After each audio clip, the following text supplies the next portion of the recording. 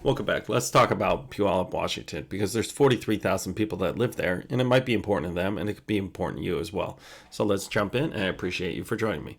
So if you're new on my channel, I cover areas all on the outside of Seattle, as well as I do cover some of the zip codes inside of Seattle for my reviews, and this is the Puyallup review. So jumping in, Puyallup is located just outside of southeast Tacoma, and it's just to the south of the Kent and Milton area as well, and Auburn. It has a major thoroughway of 512 as well as 167th that comes through.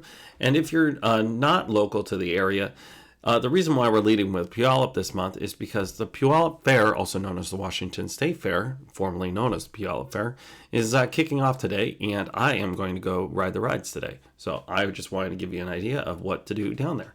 Now let's jump into the idea and the math behind things, because a lot of you actually don't know what's going on in Puyallup, but right now there is currently 193 homes available for sale, and the average home is actually $703,000. It's been on the market for 54 days, about 3.5 bedrooms, 2.5 bath, and it's just under 2,500 square feet.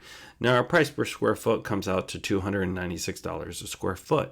Why is this important? Well, now you have a general idea of what the house actually looks like in this area. So it's about 2,500 square feet, 3 bedrooms, maybe a den, maybe an office kind of thing, and at least 2.5 bedrooms, 2.5 bathrooms. Now you have a general idea of what you can do for you, yourself, your family, any sort of roommates if you're actually wanting to buy this kind of thing.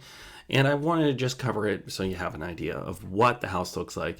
And at the same time, $296 a square foot is what we use as our market rent. And that's an average. That's our average available on the market right now for purchase. Let's get into the solds though. So last year there was 230 homes sold. Our average comes out to $286 a square foot, and the average home that was actually sold, and again, that's between like $100,000 condo all the way up to a $1.6 million house, came out to an average about of 577,000, and it was 26 days on market, and it again was the 3.5 bedrooms, 2.5 bath, and just under 2,100 square feet. Now, when we compare that to this August, we had 187 homes sold. That means that we had 81% of the homes sold this year that we had last year, so about a 19% decrease.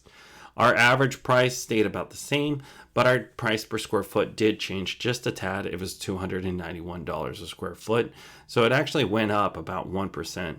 Now, this is actually a little counterintuitive because, obviously we're in a different market right now. But as you can tell, we had a 19% decrease in sales, but our average cost of square foot went up just a hair over 1%. Now, our days on market went up to 30 days on market, so that means that there was an available house out there. It was on the market for 30 days before you actually had somebody buy it.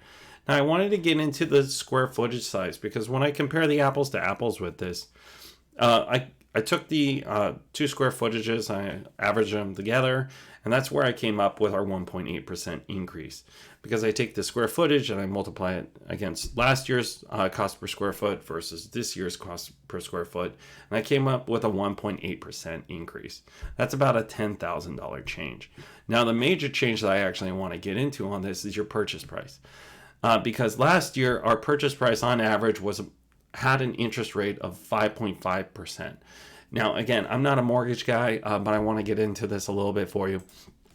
But your interest rate is dependent on your own financial situation as well as your own savings and your credit.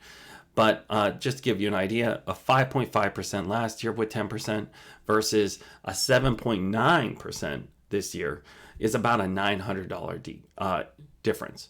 And what it came out to was $3,100 last year in August on average to buy this house versus this year it's $4,000 a month. And then, like I said, that's about a $900 increase. But on top of that, if you were to actually rent that instead, the rents in that area are only going to cover about $2,900. Now, when we talked about our interest rates, that is your principal and your interest alone. That is not your taxes or your insurance. Now, I actually want to get into one of the ones that actually was recorded last month, and this is one I actually sold, and I wanted to actually talk about it. So this was an estate sale. We completed this one out. You can take a look at it if you want, or you can just hit me up. But what we did, we got this thing at 8% below market, and at the same time, when we get into the taxes side of things, and I actually pulled this up for you earlier, but the taxes on this, we're looking at about $700 in taxes a month for this house.